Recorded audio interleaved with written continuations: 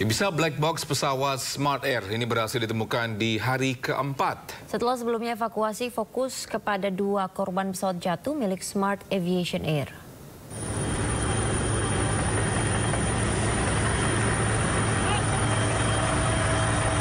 Setelah berhasil ditemukan black box dan emergency locator transmitter atau alat pemancar sinyal emergensi milik Smart Aviation Air dibawa ke Tarakan. 2 alat tersebut dibawa oleh tim SAR bersama tim KNKT melalui Lanut Anang Busra Tarakan. Untuk kepentingan investigasi, black box dan ELT nantinya akan dibawa ke Jakarta untuk proses pengunduhan dan interpretasi. Box ini memang kalau secara desainnya memang ini untuk merekam data percakapan dan juga data penerbangan. Jadi nanti ada data suara dan juga data penerbangannya, mulai dari ketinggian, speednya, kecepatan, arah, dan lain-lain. Dengan ditemukannya black box dan dievakuasinya tim SAR gabungan yang berada di lokasi jatuhnya pesawat, operasi SAR dinyatakan selesai. Sebelumnya, pesawat Smart Aviation Air bermuatan sembako dengan rute Tarakan menuju Binuang dikabarkan hilang kontak Jumat 8 Maret 2024 lalu usai lepas landas dari Bandara Internasional Juwata, Tarakan.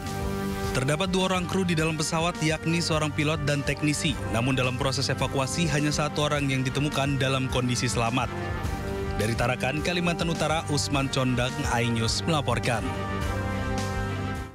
Ya, sementara itu tim SAR gabungan berhasil mengevakuasi pilot pesawat Pilatus milik maskapai Smart Aviation yang terjatuh di hutan Binuang, Tarakan, Kalimantan Utara. Pilot pesawat bernama Muhammad Yusuf ditemukan dalam kondisi selamat dan evakuasi korban berlangsung dramatis.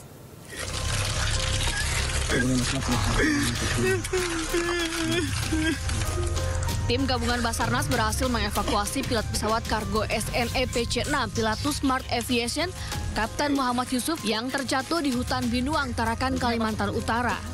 Dalam video, Yusuf terlihat mengalami luka di kepala dan dalam kondisi lemas di hutan berbukit. Evakuasi Yusuf berlangsung dramatis. Yusuf ditemukan sedang bersandar di sebuah pohon besar di antara puing-puing pesawat. Sebelum dievakuasi, Yusuf harus bertahan selama 3 hari di lokasi jatuhnya pesawat. Berbeda dengan kondisi M. Yusuf, sang teknisi bernama Denny Sobali meninggal dunia. Kedua korban kemudian dievakuasi menggunakan helikopter TNI AU dan dilarikan ke rumah sakit. Yusuf selamat setelah menyalakan api unggun dan memberikan tanda asap. Tak butuh waktu lama, tim penyelamat pun langsung menemukan lokasi korban. 2 orang kru dari Papa Kilo Sierra November Echo milik Smart Air, walaupun dalam kondisi yang satu kami nyatakan meninggal, ya, untuk teknisi dan pilot kami nyatakan masih dalam kondisi hidup dan saat ini melaksanakan perawatan. Nanti akan tim medis yang akan menilai apakah bisa ditangani di Tarakan atau kita rujuk ke rumah sakit yang lebih mampu menangani.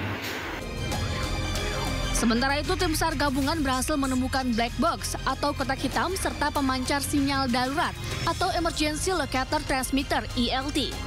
Selanjutnya, black box dan ELT dibawa ke Tarakan bersama dengan seluruh tim SAR gabungan untuk dilakukan penyelidikan. Tim Liputan iNews melaporkan. Ya, sementara itu jenazah teknisi pesawat yang jatuh di Binuang Nunukan, Kalimantan Utara tiba di rumah duka. Kepulangan jenazah disambut isak tangis keluarga, bahkan salah satu keluarga korban jatuh pingsan.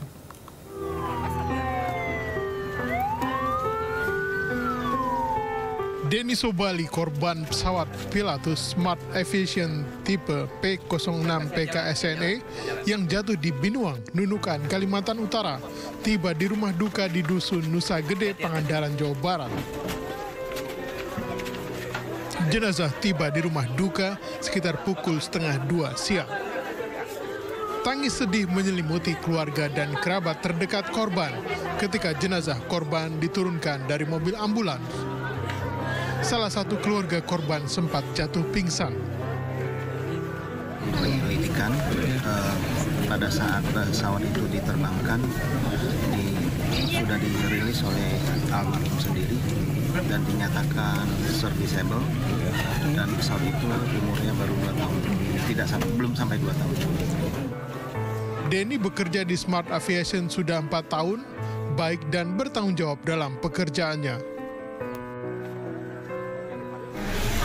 Kabar hilang kontaknya hari Jumat jam 10. Iya, udah hilang kontak. Sampai sekarang ini jadinya begini juga. Ada terima nggak apa-apa, keluarga nerima saya. Nggak ada tuntutan apa-apa. Terakhir, keluarga korban tidak ada tuntutan apa-apa dan menerima ikhlas. Denny meninggalkan seorang istri dan 2 anak yang masih kecil. Jenazah korban langsung dikebumikan di pemakaman umum Cijulang, Blok Nusawiru. Dari Pangandaran, Jawa Barat, Irfan Ramdansyah, iNews melaporkan. Kita beralih ke kasus lain. Pemirsa, pengamat penerbangan meminta pihak maskapai untuk evaluasi jadwal pilot terkait insiden pilot dan co-pilot Batik Air yang tertidur selama 28 menit. Ya, sementara itu warga meminta pihak terkait menindak kelalaian 2 pilot tertidur tersebut.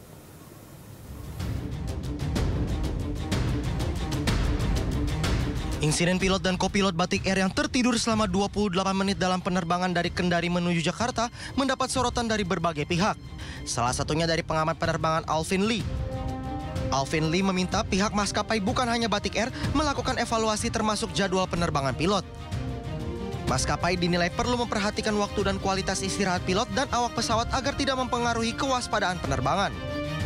Apakah sistem yang ada sekarang ini layak dipertahankan atau perlu diperbaiki? Misalnya, kalau memang harus kerja malam selama seminggu penuh ini kerja malam terus saja. Jadi metabolisme tubuhnya lebih stabil. Kemudian pada pekan berikutnya kerjanya siang terus. Nah, yang kedua, pilot juga sebetulnya pilot itu berhak menyatakan kepada perusahaan bahwa dirinya sedang merasa kurang sehat dan tidak layak terbang. Warga juga berharap ada tindakan tegas terkait pilot yang tertidur saat terbang. Sebab menurut warga hal itu bisa membahayakan penumpang. Seharusnya dari pihak maskapai ataupun dengan pihak Kemenhub sendiri memberikan sanksi untuk hal tersebut karena tentu sudah melanggar prosedur pastinya Mbak, dan akan membahayakan untuk aviasi yang berikutnya. Jadi menurut saya perlu ditindaklanjuti lebih.